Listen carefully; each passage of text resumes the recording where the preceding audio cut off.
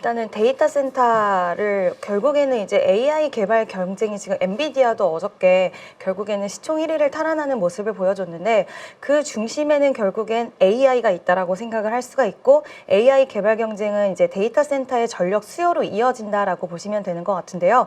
일단 우리나라 증시에서 변압기 지금 굉장히 상승세를 강하게 이어가고 있는데 일단 이 변압기가 이렇게까지 강하게 트리거가 됐던 부분은 결국엔 시장에서의 AI였는데 지금 오늘 제가 그럼에도 불구하고 지금 AI 얘기가 나온 지는 꽤 오래됐어요. 근데 새롭게 또 이슈가 붙은 게 지금 여름을 좀 키포인트로 봐서 우리가 변압기 관련 그리고 전력기기 관련주들을 다시 좀 보시면 좋을 것 같은데요. 일단 올 여름이 너무나도 덥습니다. 저는 벌써부터 덥다라는 생각이 많이 드는데 어제 시간 외에 관련된 종목들, 전력기기 관련주들이 되게 좋은 흐름을 보여줬는데 그 이유가 바로 뭐 전력기기 설비 관련돼서 호황이 지속될 거지만 관련 여름에도 수혜를 받을 수 있다. 여름철에 전력에 대한 수요가 굉장히 이번에는 급증할 것이라는 얘기가 나와주고 있기 때문에 지금 우리가 큰 그림으로 봤을 때는 AI 중심으로 봤지만 최근 흐름들이 약간은 꺾여 있었어요. 흐름들이 약간 쉬어가는 구간에 좀 들어와 있었는데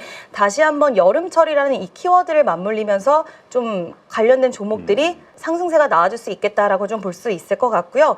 일단 AI 붐과 함께 늘어나는 전력 수요를 우리는 좀 큰 그림에서는 집중하는 거는 맞습니다. AI 시대에 진입하면서 이제 전력 시장의 패러다임이 전환을 했다. 그리고 미국의 지금 전력 노후망 교체 수요도 굉장히 올라가고 있는 그런 상황이고 이런 부분으로 봤을 때 우리나라 관련된 기업들이 수혜를 받을 수 있다라는 얘기가 나온 지는 좀 됐어요. 근데 이 부분에 대해서 얘기가 나온 지 좀 시간이 지나다 보니까 너무 주가의 흐름들이 많이 올랐고 이제는 이런 부분들이 선반영돼서 끝나는 거 아니야? 라고 생각하시는 분들도 계셨겠지만 이 부분은 쉽게 끝나지는 않을 것 같은 게 지금 엔비디아 아까도 말씀드렸지만 엔비디아가 이렇게까지 상승세에 나온 키워드는 단 한 가지 AI라는 키워드거든요. 근데 이런 부분들이 뒷받침이 됐을 때 이제 구글 같은 경우에는 우리가 검색을 할 때 평균 0.3와트시가 전력이 쓰이는데 지금 챗 GPT를 기준으로 했을 때는 그보다 10배 가까운 2.9와트시의 전력이 필요합니다. 이러한 부분들 이제 시대가 변하고 기술들이 변화하면서 전력에 대한 수요는 이제 시작이다라고 보시면 될 것 같고요. 이러한 부분들이 2050년에는 지금의 전력 소비량보다 1000배 가까이 늘어날 수 있다라는 전망치들도 나오고 있고 실제로 우리나라 기업들의 지금 수주잔고 계속 쌓여가고 있고 뭐 증설도 하고 있고 이게 결국에는 증설을 한다는 건 이제 수요가 밀려오다 보니까 그거를 소화하기 위한 과정의 일환으로 보시면 될 것 같은데요. 일단 특히 변압기 관련된 탑3 기업들이 다 증설을 앞다퉈서 하고 있는 부분들을 우리는 좀 키포인트로 생각을 하셔야 될 것 같다라는 부분 말씀을 드릴 수 있을 것 같고요. 일단 전력 수요 AI 관련돼서는 이야기 너무 많이 들으셨을 것 같아요. 그 이제까지 또 그게 또 주도주 역할을 해왔었고. 네. 그래서 약간은 쉬어갔거든요. 제가 봤을 때는 기간 조정과 가격 조정으로 좀 보시면 될 것 같은데 사실 가격 조정은 그렇게 깊게 나오진 않았어요. 근데 너무 그동안 가파르게 올라오다 보니까 기간에 대한 조정이 좀 들어갔다라고 생각하시면 될 것 같은데 여기서 아까도 말씀드렸지만 새로운 키워드, 여름이라는 키워드가 또 붙었기 때문에 어제 시간에 좋은 모습을 보여줬고 이 여름이라는 키워드로 다시 한번 주가가 우상향할 수 있는 이런 자리들이 좀 마련이 됐다라고 생각을 해주시면 될 것 같고요. 일단 우리나라에서도 빠른 움직임들이 보여지고 있는데 정부에서도 전력망에 대한 특별법을 입법 추진하겠다라는 얘기도 나와주고 있는 상황입니다. 21대에서도 시도를 했어요. 근데 이제 무산이 됐습니다. 잘 안 됐어요. 이게 폐기가 됐는데 지금 정부에서도 반도체 클러스터를 돈을 막대하게 투자를 하면서 조성을 했는데 이런 부분들을 같이 하려면 전력망에 대한 확충이 필요하지 않으면 이게 소용이 없다라는 얘기도 같이 나와주면서 22대에서도 지금 이제 전력망 특별법을 입법 추진한다라는 소식도 같이 나와주면서 시장에서는 이 이슈 나왔을 때 생각보다는 움직이지 않아서 좀 실망하셨던 부분들도 있으셨을 것 같은데 이러한 여러 가지 모멘텀들이 합쳐서 또 여름철 전력 수요까지 같이 합쳐지면 이제 다시 좀 도약을 할 수 있지 않을까, 쉬어가는 구간이 좀 끝나고 우상향하지 않을까라고 저는 이렇게 좀 보고 있고요. 지금 시장의 전반적인 키워드를 두고 봤을 때 뭐 해외 수출, 쪽으로도 시장이 중심적으로 돌아가고 있는 부분인데 지금 가장 좋은 부분이 화장품 그리고 음식료 섹터 굉장히 좋고요. 뭐 방산이라든지 자동차도 좋지만 이 부분들은 좀 따로 띄워놓고 네. 이 두 개를 봤을 때 여름 키워드도 저는 같이 붙는다고 보는 게 화장품 같은 경우에는 이제 남성분들은 잘 모르실 수 있겠지만 여름철에 특수 화장품의 판매가 굉장히 늘어나요. 특수 화장품이 어떤 거죠? 그러니까 뭐 여름에는 마스카라를 해도 좀 무너지지 않는 마스카라, 워터프루프 마스카라, 네, 이런 것들 굉장히 많이 판매가 되고요. 이제 그 바탕 화장을 하는 뭐 파운데이션이나 이런 부분들도 여름철에 맞춘 화장품들이 많이 나오거든요. 땀이 나니까. 네, 땀이랑 막 피지 분비되고 이런 것들을 하기 위해서 좀 그런 제품들을 잘 만들어내는 회사들이 있는데 물론 그게 실적으로 엄청나게 막 발돋움을 해서 확 실적이 늘어나는 건 아니더라도 이게 또 재료를 연결시키려면 시장은 또 연결을 시키잖아요. 네. 이런 부분들이 화장품 쪽으로도 연결될 수 있는 연결고리가 어느 정도는 있고 또 음식료에서 지금 빈과 관련된 종목도 너무 잘 가는데 여름철이 갑자기 좀 앞당겨서 왔기 때문에 이러한 부분들과도 연결고리를 지을 수 있기 때문에 시세가 연결돼서 계속해서 갈 수 있는 이런 밑받침을 지금 여름이라는 그 키워드로 전력 관련된 종목들도 같이 편입해서 보셔도 좋을 것 같다라고 저는 좀 생각이 들어서 오늘은 전력 관련된 종목들 좀 소개를 시켜드리면 어떨까라고 생각이 좀 들었고요. 네. 근데 이 전력 주에 이게 지금 말씀하신 변압기 쪽을 우리가 집중해야 되는 건가요? 아니면 우리 전선 전력을 같이 이렇게 많이들 봐가지고 네, 전선주도 같이 봐야 되는 건가? 일단은 미국에서를 기준으로 봤을 때는 변압기의 수요 그리고 전선 관련돼서 송배전망 관련된 이런 수요 그리고 해저 터널 뭐 이렇게 다 교체 수요는 도래했다라고 보시면 될 것 같고요.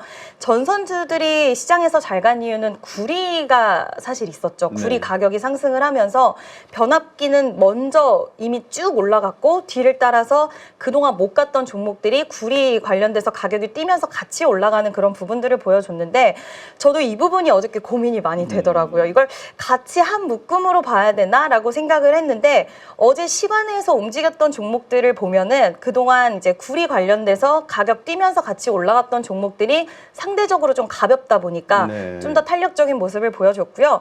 다만 변압기 관련돼서는 좀 더 크게 보셔야 될 것 같아요. 증설을 하는 거는 변압기 탑3 종목이거든요. 네. LX 일렉트릭, 뭐 효성중공업, HD 현대일렉트릭이 이제 증설을 하고 있고 다른 좀 중소형주들 관련해서는 이제 전선 관련된 종목들은 약간은 왜냐하면 실적이 그렇게 찍어내는 기업들이 좀 상대적으로는 약한 부분도 있기 때문에 하지만 투자하시는 입장에서는 가볍고 네. 변동성이 크다 보니까 좀 좋다라고 생각해서 그쪽으로 수급이 쏠릴 수 있는 가능성이 있기 때문에 크게 봤을 때는 한 세트로 보시면 좋을 것 같고요.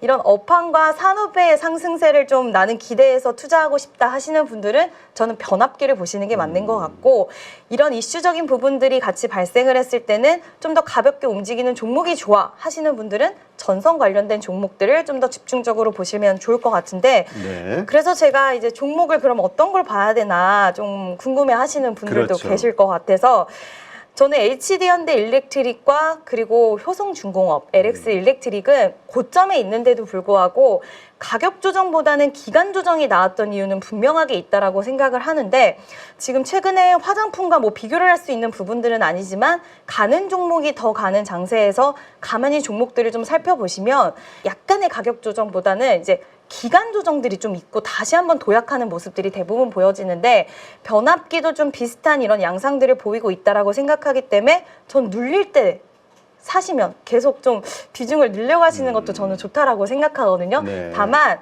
기간은 살짝 지금 단기적으로 보시기보다는 오히려 중기적인 관점으로 눌렸을 때 매수하는 관점으로 보시면 좋다라고 생각을 하고요.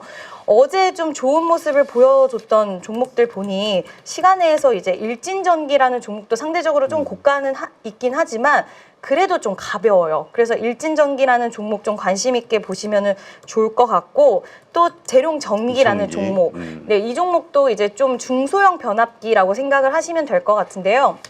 100% 변압기 쪽으로만 집중하고 있는 기업이기 때문에 변압기 수혜로 봤을 때는 재룡전기라는 종목도 같이 좀 보시면 좋을 것 같고 또 전선 관련주들도 요즘 뭐 추세가 약간은 꺾이기는 했지만 그래도 지지선이라든지 이런 것들이 완전 꺾인 부분은 아니라서 다시 한번 가운전선이나 이런 종목들은 시장의 대장 역할을 했었기 때문에 좀 올라올 수 있는 가능성이 좀 있다라고 생각을 하고 있고요. 광명전기는 안 보시는 게 좋을 것 같아요. 일단 추세가 많이 무너졌기 때문에 좋은 섹터 안에서도 이런 추세가 확 꺾여져 버리는 종목들은 같이 올라가더라도 매물들도 어느 정도 좀 더 많이 쌓여 있을 수 있고 투자자분들이 선호하는 종목들에게는 이미 벗어난 흐름들을 보여주고 있기 때문에 약간은 고가권에 있어도 그래도 강한 종목들 위주로 좀 공략을 하시는 게 저는 좋다라고 생각을 해서 아까 말씀드린 변압기 탑3 종목이랑 재룡전기, 일진전기 이쪽 쪽 같이 보시면은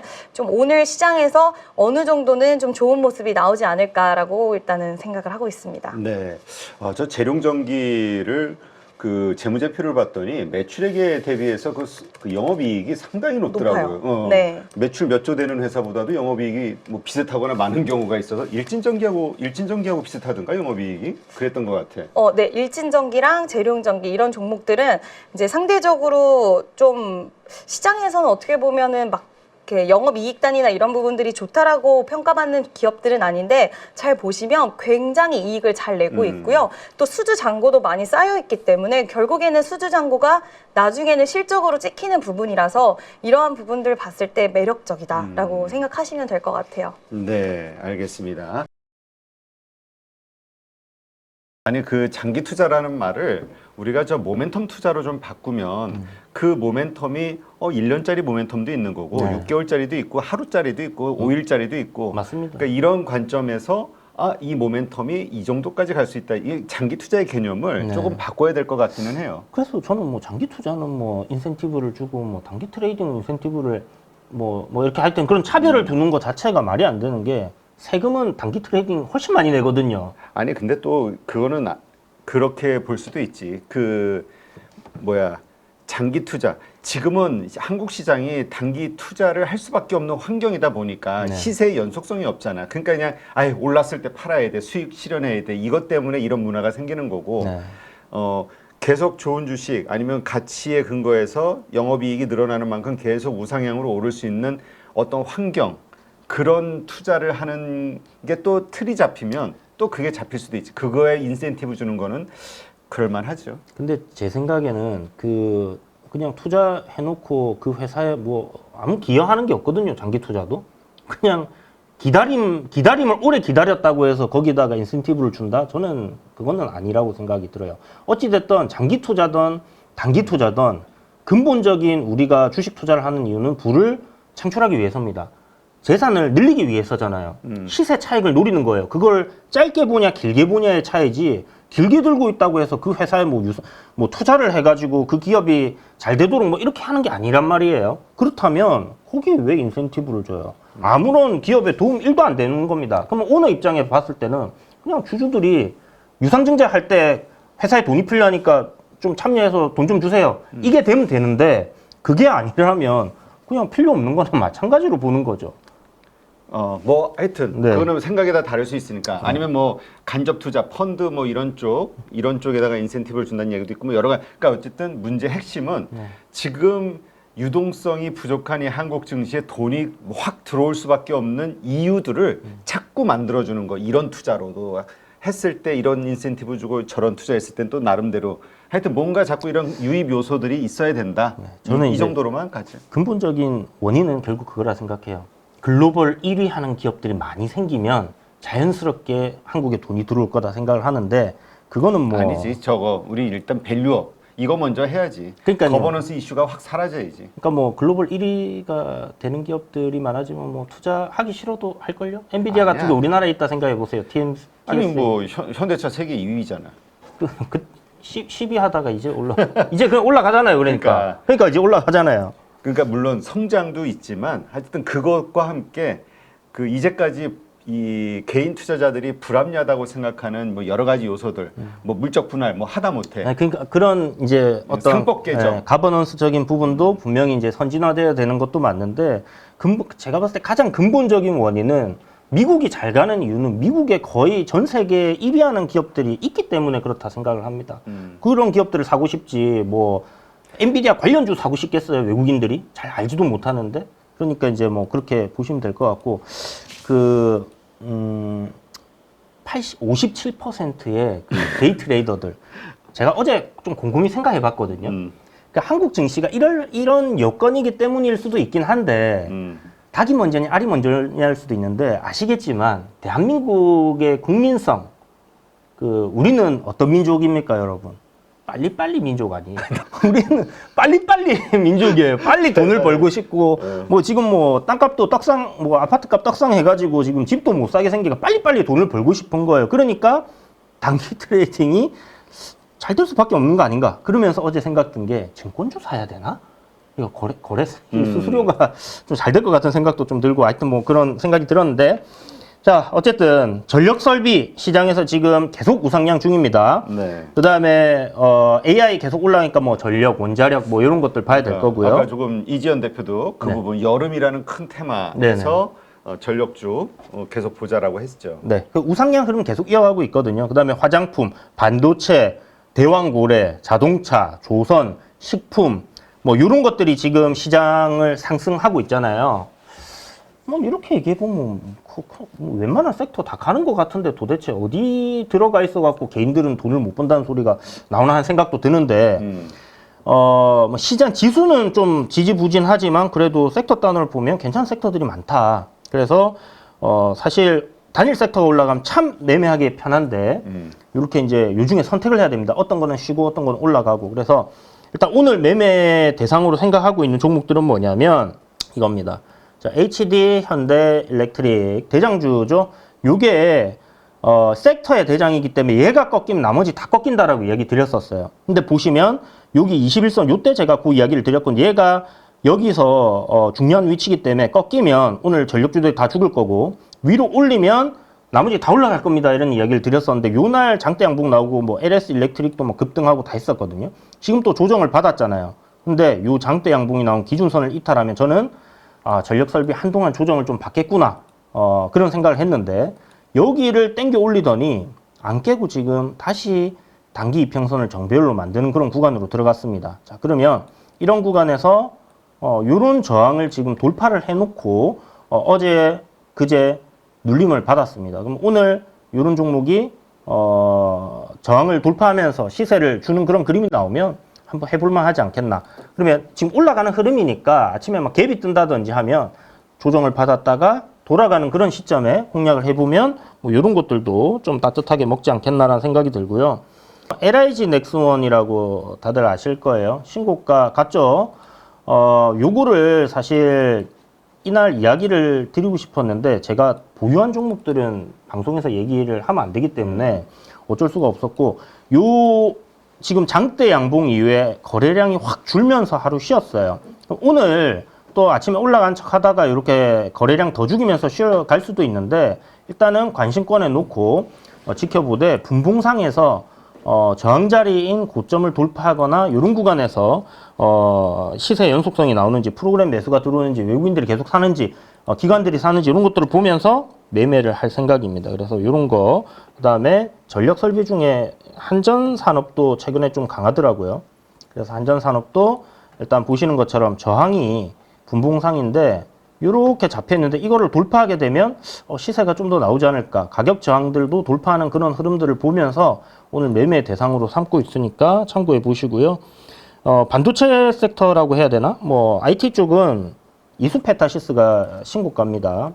어제 이것도 좀 짭짤하게 수익이 났는데 신고가 만들어 놓은 상황에서 우리가 수급을 보면 지금 좋잖아요. 그죠? 투신, 뭐 보험, 외국인, 뭐 기관 이런 데 신고가 만든 데서 들어왔습니다. 그러면 오늘 시세가 연속으로 날지 아니면 뭐 돌파한 구간까지 눌림이 나올지를 봐야 되는데 어쨌든 눌림이 나온다면 저점에서의 돌리는 위치에서 우리가 한번 노려볼만 하지 않나라는 관점이고요. 뭐 돌파 매매는 여러분들 잘 하시면 하시되 너무 시세가 이렇게 많이 올라갔는데 따라붙지는 마시고 딱 보고 있다가 초입 구간에서 이렇게 딱 공략을 해보시면 좋을 것 같습니다. 네, 알겠습니다.